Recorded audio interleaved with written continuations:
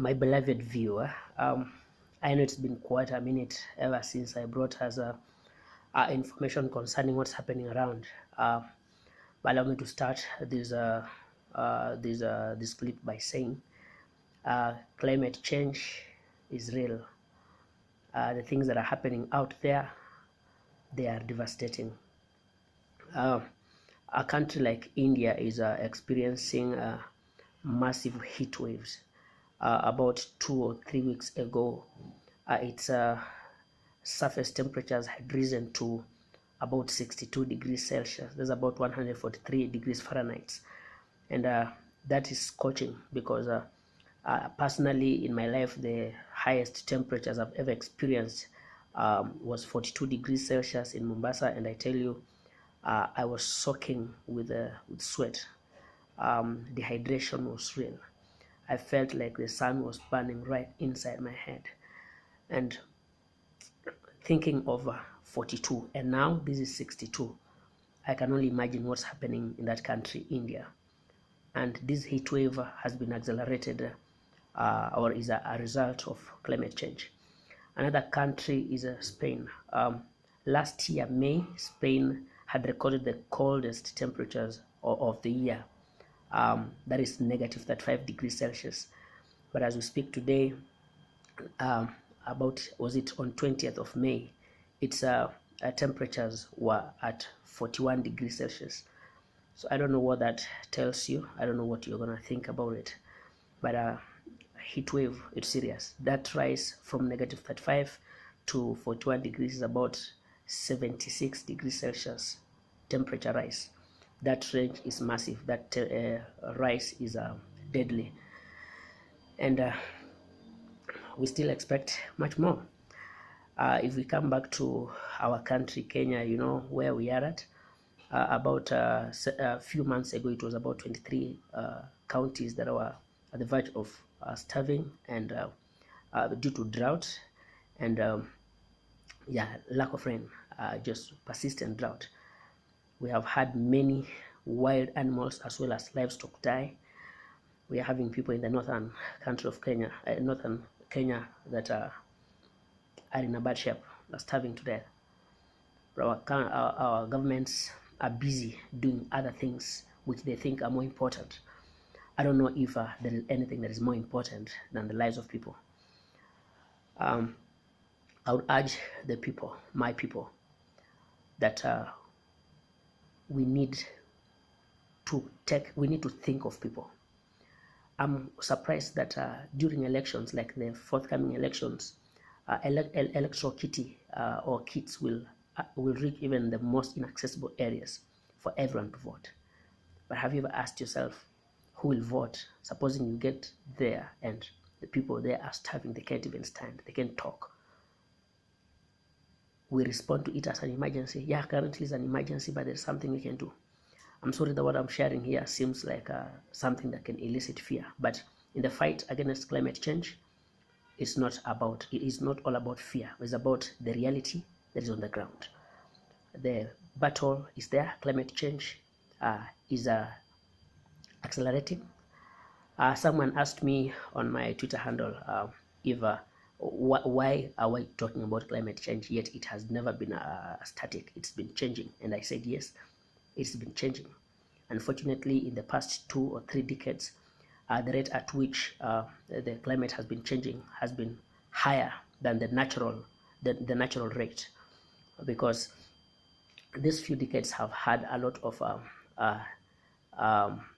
greenhouse gases emitted in the atmosphere. We have a lot of carbon in the atmosphere, and naturally we should have at least 0.03%. That is what we learned in science. But currently we have places that have up to 4 degrees, even more, up to 4%. That is quite a lot. So this is the state, and this is what is happening. And you could be asking, so what next? What should we do? I have always said about 60% of the solution is in trees. Please, we will plant trees. But now this is an appeal for governments to act. We have seen how governments have reacted on the coronavirus disease 2019, COVID-19. They could pool resources to save the situation, and we because the governments were able to do that, to act with such a speed, I know that we can still act. Because another way of combating climate change, apart from planting trees, is we must cut on fossil fuels. The problem is that we are financing fossil fuel but crying about climate change. If we cut the finance on we cut on the finances on fossil fuel, we can shift that finance on renewable or on sustainable sources such as solar energy, wind energy, water or river energy, from hydroelectric power, geothermal in Kenya and other countries that can be able to harness geothermal power. By so doing, because by so doing, we'll have saved the Mother Nature for quite significantly. So what am I saying? We, from the IPCC report, that is the Intergovernmental Panel on Climate Change report in March, we have at least 10 years, we have this decade to make a difference, and we're not going to sit down as we see our planet burn. We only have one Earth. We only have one future. Our future is on Earth. We do not have scientifically, it's not been proven how many people Mars can accommodate. And apart from Earth, we do not have any other planet. We only have Earth, and therefore we must protect our planet. We must do everything possible. Let us plant trees. Let us cut on fossil fuel, and let us just be environmentally conscious as we engage in projects. I have said again and again that we are not against development. We are not against construction of industries and buildings, but what we are talking about, it should be sustainable. Sustainable development is the thing. If we are constructing an industry, we must first of all take care of its carbon and every emission that will get into the atmosphere before we do that.